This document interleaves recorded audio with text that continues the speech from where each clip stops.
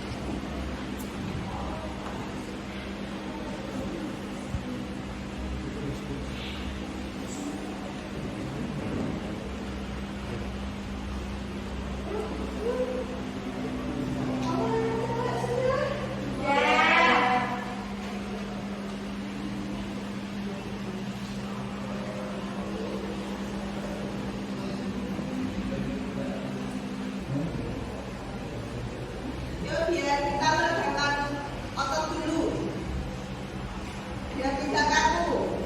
Boleh gerakan yang ada di audio, boleh. Nanti sama, sebenarnya juga harus seperti gerakannya. Ini yang hafal, kalau yang hafal masih hafal.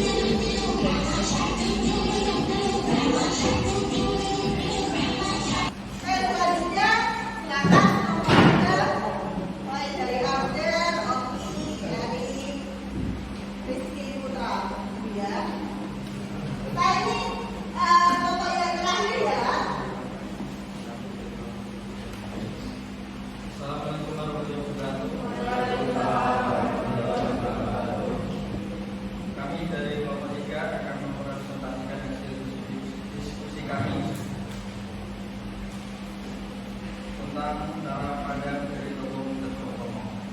Saya presentasi perkenalkan nama saya Putra Putra. Perkenalkan nama saya Alfred Salman. Akan nama saya Alfred dari Masa. Perkenalkan nama saya Jasa dari Jakarta.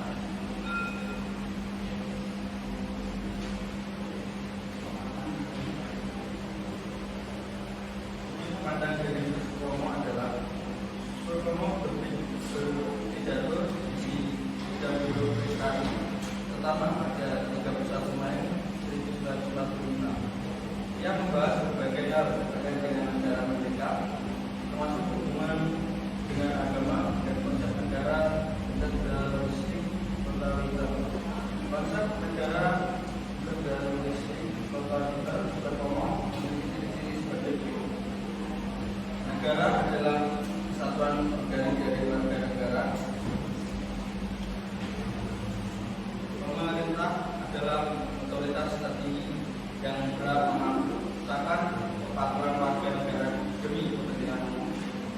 Kehendak pemimpin negara adalah hukum tertinggi yang harus ditaati tanpa bisa digugat. Sutomo mengembangkan konsep negara federalistik totaliter sebagai jalan tengah antara negara individualis liberal dan negara komunis.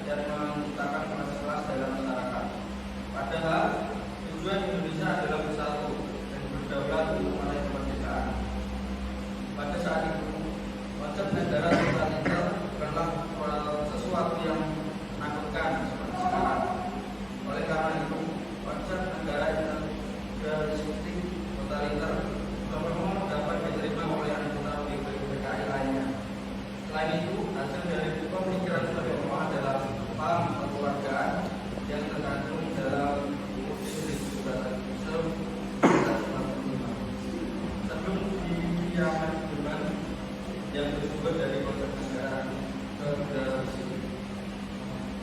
Sekarang kesimpulannya. Tadi sudah ya, karena pada dari kita semua. Sekarang kita kasih semuanya. Semuanya dari tiga tokoh dan pandangannya tentang negara mereka dapat dilihat bahwa mereka memiliki perbedaan dan kesamaan dalam memandang negara Indonesia yang akan dibentuk. Perbedaan mereka berasal dari konsep-konsep yang mereka butuhkan seperti negara seperti melalui negara rakyat Indonesia dan Pancasila. Persamaan mereka terlihat dari semangat nasionalisme, demokrasi, dan kejuaraan yang melandasi pemikiran mereka.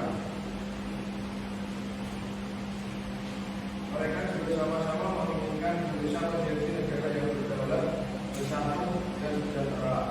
Ketika tokoh dan relawannya tersebut memberikan sumbangan besar dalam perumusan negara Indonesia Merdeka, meskipun tidak semua usulan mereka disetujui atau dimasukkan dalam Undang-Undang 1945, namun mereka tetap memberikan inspirasi dan arahan bagi generasi penerus bangsa.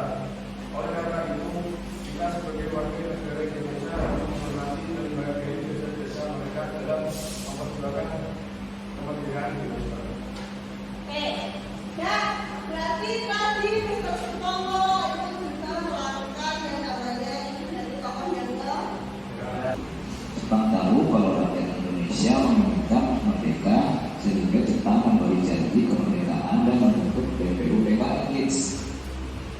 Pada awalnya BPUPKI memiliki anggota 60 orang Indonesia dan 1 orang Jepang yang bertugas mengawasi